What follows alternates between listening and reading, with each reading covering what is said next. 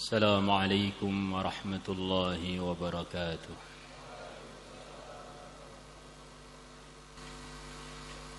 Para hadirin, teman-teman wali santri, baik pun putra maupun putri, ahlan wa sahlan wa marhaban bihudurikum. Selamat datang di Al-Fatah, di Temboro, di Masjid Rangkil, Darussalam insyaallah. Semoga capek-capeknya pengorbanannya diterima semua oleh Allah. Pengorbanan yang besar, capek-capek yang mesti suatu saat kita akan melihat hasilnya di dunia ini dan di akhirat nanti yang selama-lamanya. Capek-capek untuk agama, capek-capek untuk mengantar anak kita, kerabat kita, kenalan kita untuk usaha belajar agama, usaha mengamalkannya, usaha menghafalkannya, meyakininya, husnul khotimah dengannya, akhirnya menjadi raja-raja besar di surga sana.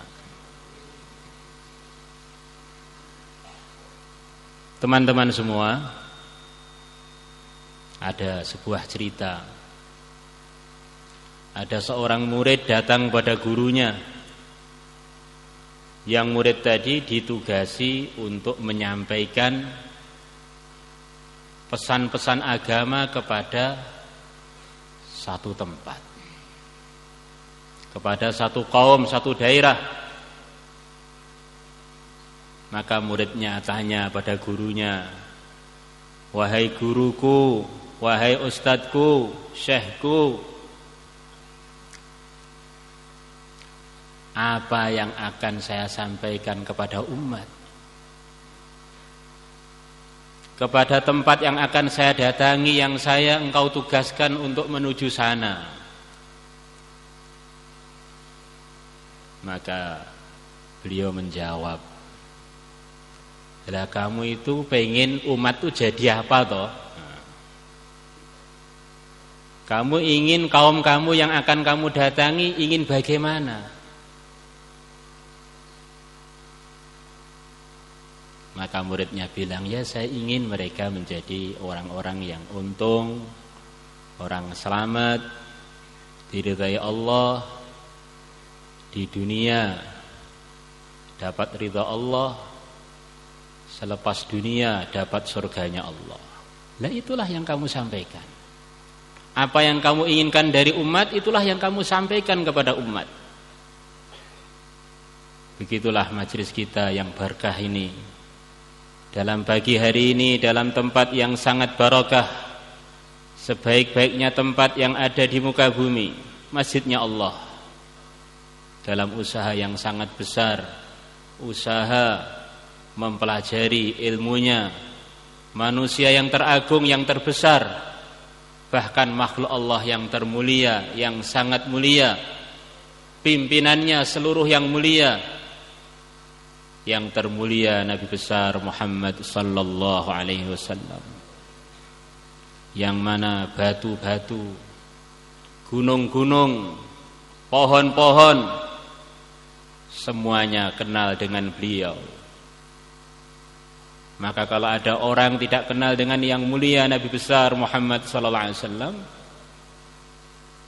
maka orang ini ndableknya itu sudah sempurna. Celakanya sudah mentok, sudah enggak ada yang lebih celaka melebihi dia. Tidak kenal dengan pembawa kunci surga.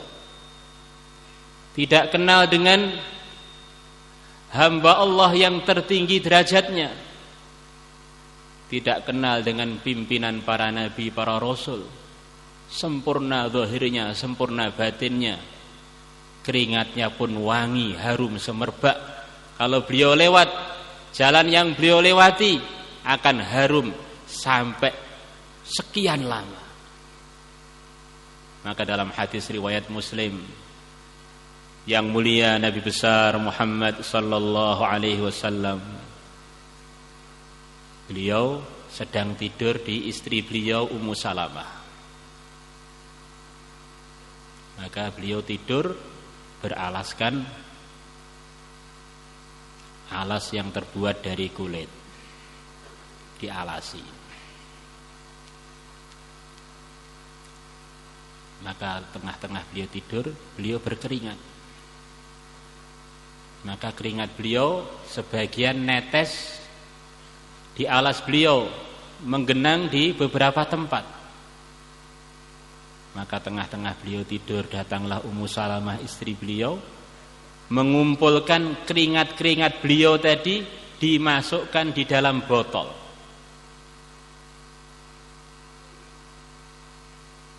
Maka beliau terbangun. Ada apa Ummu Salamah? Kamu kok di sini? Saya ngumpulkan keringat Tuan untuk jadi minyak wangi saya dan sebagian untuk campuran minyak wangi yang telah ada. Itulah Nabi kita yang mulia, Nabi besar Muhammad sallallahu alaihi wasallam. Sekarang kita sering dengar ada orang-orang hebat katanya. Di pojok-pojok dunia kita dengar ada orang-orang yang katanya punya banyak keistimewaan. Tapi insya Allah tidak ada satupun dari mereka yang katanya hebat, yang keringatnya wangi, itu enggak ada. Maka benar-benar tidak pintar orang yang meninggalkan pimpinan yang telah dipilihkan oleh Allah untuk dia, pimpinan yang sempurna, yang wangi, kemudian dia beralih jalurnya mengambil pimpinan-pimpinan yang busuk keringatnya dan ketiaknya. Beliau berjalan dengan Sayyidina Ali, menantu beliau. Menantu beliau yang Nabi mengatakan, ana darul ilmi, ana madinatul ilmi wa aliyun babuha. Aku ini adalah pusatnya ilmu, kampungnya ilmu, kotanya ilmu. Dan Ali ini adalah pintunya. Ringkasnya, Sayyidina Ali dapat rekomendasi dari Nabi, umat yang sangat alim, sangat paham mengenai banyak sekali urusan agama. Sayyidina Ali ini punya ibu, namanya Fatimah bintu Asad. Fatimah bintu Asad ini waktu kecilnya Nabi sering rawat Nabi. Sering beliau ini punya makanan yang hanya cukup untuk satu orang. Maka beliau kalahkan diri beliau untuk nyuapi yang mulia Nabi besar Muhammad sallallahu alaihi wasallam. Sering beliau tidak tidur untuk nunggu Nabi kecil, calon Nabi Sayyidul Mursalin tidur dulu baru beliau tidur.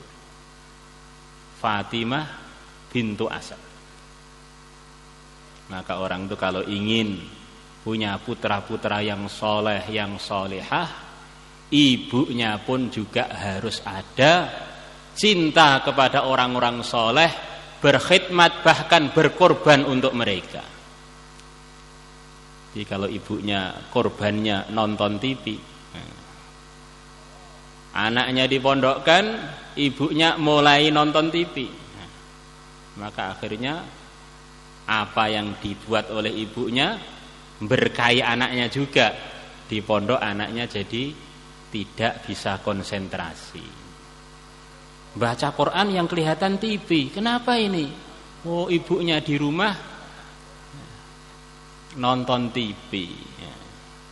Karena ibu ini yang gembol anak-anak. Maka kalau pusatnya ini error, maka cabangnya juga ikut error. Para hadirin yang dimuliakan Allah Subhanahu wa taala, maka memang dunia ini tempat untuk meninggal, bukan tempat tinggal. Begitu orang datang ke dunia, acaranya tinggal satu aja, menunggu jemputan Israel untuk berangkat ke akhirat. Maka akhirnya Fatimah bintu Asad ini wafat. Maka Nabi datang memuji-muji beliau, wahai Fatimah, engkau telah banyak korban untuk aku, lapar untuk aku, tidak tidur untuk aku. Saya minta kepada Allah dengan haknya para nabi, para rasul, haknya hamba-hamba yang soleh, supaya engkau diampuni semuanya dosa kamu oleh Allah. Maka beliau manggil Sayyidina Umar, sahabat Nabi yang sangat mulia, yang Nabi mengatakan, seumpama di umatku ini ada orang yang layak jadi Nabi, tentulah dia itu Umar. Orang yang sangat mulia. Beliau panggil, Umar sini, kamu gali kubur untuk ibuku ini, Fatimah bintu Asad. Ini ibuku selepas ibuku yang asli. Maka akhirnya Sayyidina Umar menggali kubur sampai ke tempat terakhir. Maka Nabi bilang, ganti saya yang ngeduk kuburnya. Maka Nabi sendiri turun ngeduk kuburnya. Selepas jadi tempatnya, maka Nabi berbaring di calon tempat pembaringannya Fatimah bintu Asad. Ditiduri dulu, calon kuburnya itu ditiduri dulu oleh yang mulia Nabi besar Muhammad sallallahu alaihi wasallam. Wanita yang begitu mengesan dalam jiwanya Nabi, banyak korban untuk agama, untuk merawat Nabi. Akhirnya dari beliau keluarlah putra yang sangat barokah, Sayyidina Ali radhiyallahu taala anhu, yang menjadi kakeknya, cucu-cucunya Rasulullah SAW, kakeknya Imam Mahdi, kakeknya Syekh Abdul Qadir Jailani, kakeknya Syekh Bahauddin Naqsyabandi, kakeknya Wali Songo, dan kakeknya seluruh habaib yang ada di muka bumi ini. Ini munculnya diantaranya karena kesolehan ibunya. Maka beliau berjalan dengan Sayyidina Ali di Mekah sana, di pinggiran Mekah, sebagaimana dalam hadis riwayat Tirmidzi. Sayyidina Ali mengatakan, subhanallah, kami enggak ngelewati gunung, enggak ngelewati pohon, enggak ngelewati batu, mesti saya dengar yang kita lewati itu semuanya mengeluarkan suara, mengucapkan salam kepada yang mulia Nabi besar Muhammad sallallahu alaihi wasallam. Assalamu alayka ya Rasulullah. Orang yang tidak kenal dengan Nabi ini subhanallah lebih bodoh melebihi gunung, batu dan pepohonan. Itulah yang kita maksud dari majelis kita ini para hadirin. Ini bukan majelis bayan, majelis bagaimana kita ini bareng-bareng merenung hidup di dunia yang sangat sebentar ini, bagaimana bisa ngambil keuntungan sebanyak-banyaknya. Dulu 100 tahun yang lalu kurang lebih para hadirin, tidak ada satupun dari yang hadir ini yang sudah ada di dunia. Insyaallah di sini nggak ada yang umurnya 100 tahun, belum ada ini. Nanti 100 tahun yang akan datang, insya Allah yang hadir ini enggak laki-lakinya, enggak perempuannya, enggak anak-anak kecilnya, semuanya sudah meninggalkan dunia ini. Maka kalau orang itu target hidupnya itu dunia, maka orang ini akan sangat kaget begitu datang makhluk Allah mendatangi dia. Assalamualaikum. Waalaikumsalam. Sinten jenengan? Man angta? Siapa tuan? Saya malakul maut. Untuk apa? Nyeret kamu dari dunia. Dia akan kaget setengah mati. Ternyata dunia yang dia kumpulkan, sawah ladang yang dia beli, kantor yang telah dia bangun, bisnis yang telah dia kembangkan, semuanya dia tinggal. Para hadirin yang dimuliakan Allah Subhanahu wa taala, Di dunia niki boten wonten, tidak ada orang yang lebih cerdas melebihi para anbiya. Tidak ada yang lebih cerdas melebihi pimpinannya para anbiya yang mulia, Nabi besar Muhammad sallallahu alaihi wasallam. Pimpinannya orang yang tercerdas. Maka kalau beliau menilai siapa yang cerdas, tentulah penilaian beliau penilaian yang sangat pas. Maka beliau bilang kepada para sahabat, orang yang cerdas itu siapa toh? Orang yang cerdas itu orang yang persiapan untuk ke negeri akhirat, itulah orang yang cerdas. Jadi kalau orang hari-hari dunia, itu adalah orang yang sangat-sangat tidak cerdas. Semoga kita, keluarga kita, anak didik kita, dan semua yang hadir secara khusus termasuk orang-orang yang kecipratan cerdas untuk akhirat. Para hadirin yang dimuliakan Allah Subhanahu wa taala, untuk ke akhirat ini yang laku hanya agama saja. Dunia sudah ditinggal. Yang laku hanya agama yang dibawa oleh Nabi. Maka bagaimana semua kehidupan kita ini kita sesuaikan dengan agama, biar kita nanti menjadi orang yang kaya raya di akhirat sana. Insyaallah semuanya niat, insyaallah. Para hadirin yang dimuliakan Allah Subhanahu wa taala, itu dulu di zaman Nabi, selepas Nabi mendidik umatnya 23 tahun, kata para ulama kurang lebih beliau punya santri 124 ribu. Dari 124 ribu tadi yang paling tinggi derajatnya adalah Ashabu Badar. Dari kalangan Ashabu Badar yang paling tinggi derajatnya adalah Asyrah Mubasyarah bil Jannah. 10 sahabat yang disabdakan Nabi dalam satu majlis, mereka 10 adalah orang-orang yang pasti masuk surga. Abu Bakar masuk surga, Umar masuk surga, Utsman masuk surga, Ali masuk surga, Abdurrahman ibnu Auf masuk surga, Talhah ibnu Ubaidillah masuk surga, Sa'ad ibnu Zaid masuk surga, Sa'ad ibnu Abi Waqqas masuk surga, Az-Zubair ibnu Al-Awwam masuk surga, Abu Ubaidah ibnu Al-Jarrah masuk surga. Maka dari 10 orang tadi, yang tertinggi derajatnya adalah yang mulia, mertuanya Nabi, Sayyidina Abu Bakar As-Siddiq radhiyallahu ta'ala anhu. Yang Nabi telah bersabda dalam hadis yang dinukilkan oleh Ibnu Umar dan oleh Sayyidina Umar, "Law wuzina imanu Abi Bakrin bi imani jami'il ummah la rajaha bihim aw kama jaa fil hadits." Seumpama imannya Sayyidina Abu Bakar ditimbang dengan imannya seluruh umat, tentulah imannya Sayyidina Abu Bakar mengalahkan imannya seluruh umat. Tentu saja tidak memasukkan para nabi dan para rasul.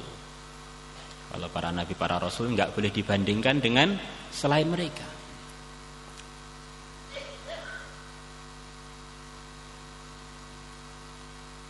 Maka suatu hari Rasulullah SAW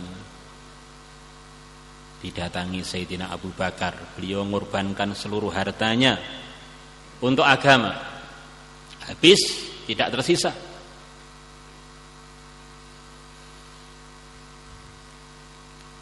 Maka beliau akhirnya tinggal punya beberapa helai pakaian.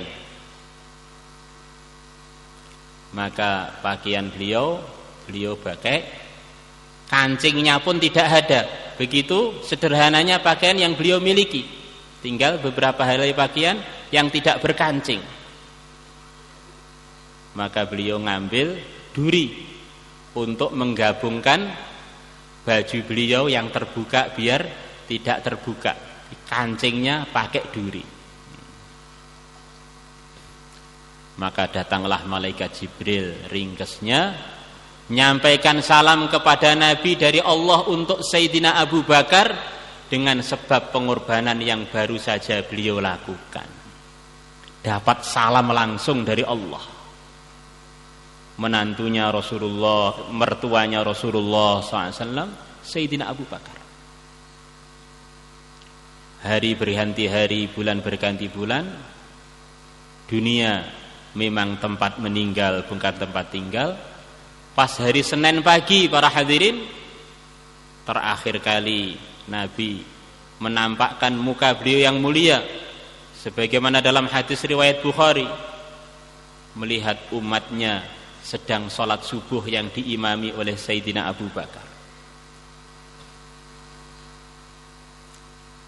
Maka beliau tersenyum. Para sahabat yang sedang sholat itu begitu gembira, Nabi sudah beberapa hari tidak mampu ke masjid, kelihatan mau sembuh ini. Maka beliau tutup tirai kamar beliau. Waktu duha beliau wafat. Senyuman Nabi yang terakhir adalah ketika melihat umatnya sholat jamaah subuh di Masjid Nabawi yang diimami oleh Sayyidina Abu Bakar. Maka kalau kita ingin menyenangkan Nabi, maka amalkanlah agama dengan serius, makmurkanlah masjid biar nanti Nabi ketemu kita, Nabi tersenyum pada kita. Para hadirin yang dimuliakan Allah Subhanahu wa taala, maka akhirnya Nabi wafat. Para sahabat mereka susah, ada sebagian saking susahnya tidak bisa berjalan. Ada yang saking susahnya kupingnya itu langsung pecah dan tidak mendengar lagi. Untuk apa kuping ini? Dulu kuping ada manfaatnya untuk dengar sabdanya Nabi, Nabi sudah wafat, biar kuping saya budek aja. Ada sebagian sahabat yang langsung saking susahnya buta matanya.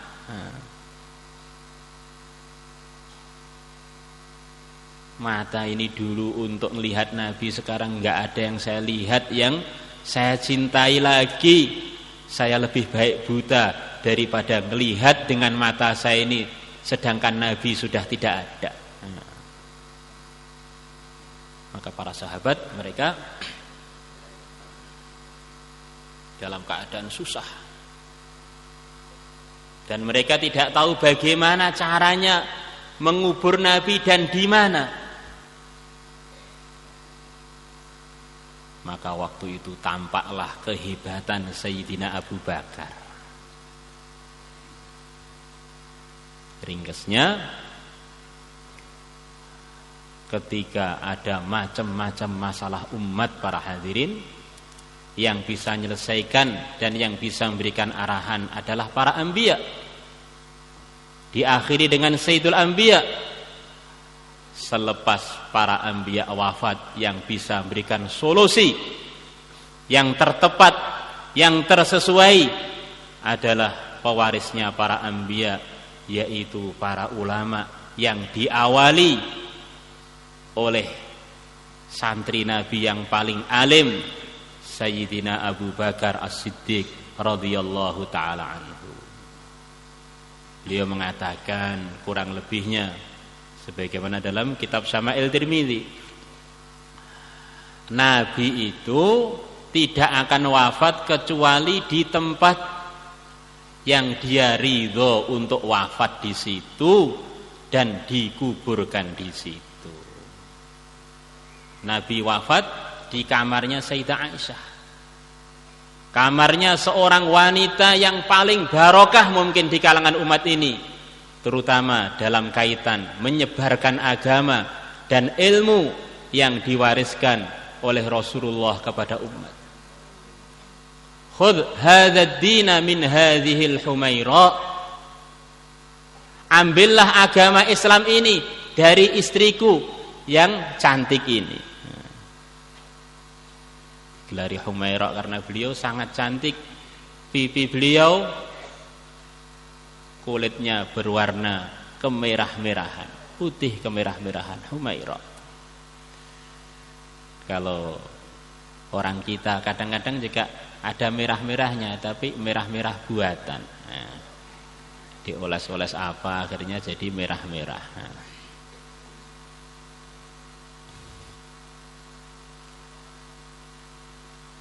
Nabi waktu Syawal begini ini walimahnya dengan Sayyidah Aisyah. Akhirnya Sayyidah Aisyah belajar agama pada Nabi, jadi istrinya Nabi. Kurang lebih berapa tahun itu bersama Nabi, mungkin kurang lebih 9 tahunan.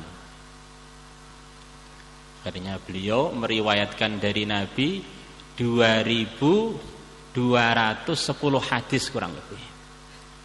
Kalau kita belajar hadis Kutubus Sittah, setiap bab, mulai bab taharah, bab shalah, bab dagang, bab nikah, bab perjuangan, selalu saja si Humaira ini selalu ikut andil menyampaikan agama dari yang mulia Nabi besar Muhammad sallallahu alaihi wasallam. Satu pelajaran para hadirin. Kita ini jangan salah paham.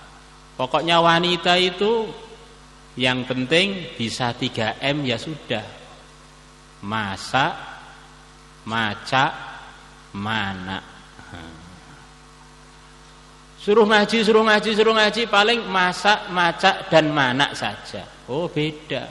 Masaknya seorang alimah hafizah, masaknya seorang alimah hafizah hafal Bulughul Maram, hafal Mukhtasar Bukhari, beda dengan masaknya seorang wanita yang hafal dangdut. Beda. Berkahnya beda. Dulu tahun 2003 ada mudzakarah Jurkudama di sini. Salah satu masyayikh bilang, ada cerita ulama-ulama India. Ada seorang soleh, dia mampir ke rumahnya seorang fasik, mungkin untuk khususi atau untuk dakwah wallahu alam. Akhirnya di situ tanpa beliau sadari ikut makan satu suap dari makanannya orang yang fasik. Makan 6 bulan terus menerus, hatinya gelap, ingin maksiat, males ibadah, males taat kepada Allah, semangat untuk melanggar. Satu suap dari orang yang tidak amal agama.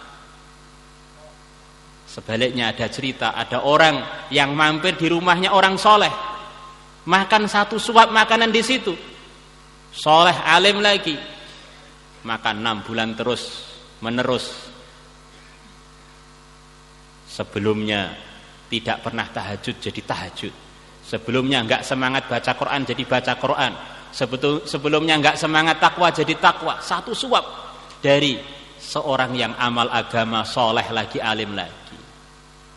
Maka kita berharap nanti di akhir acara ada makan sedikit-sedikit di sini, yang masak banyak yang hafid Quran. Maka walaupun satu suap usahakan dimakan. Yang tidak boleh dimakan lengsernya saja.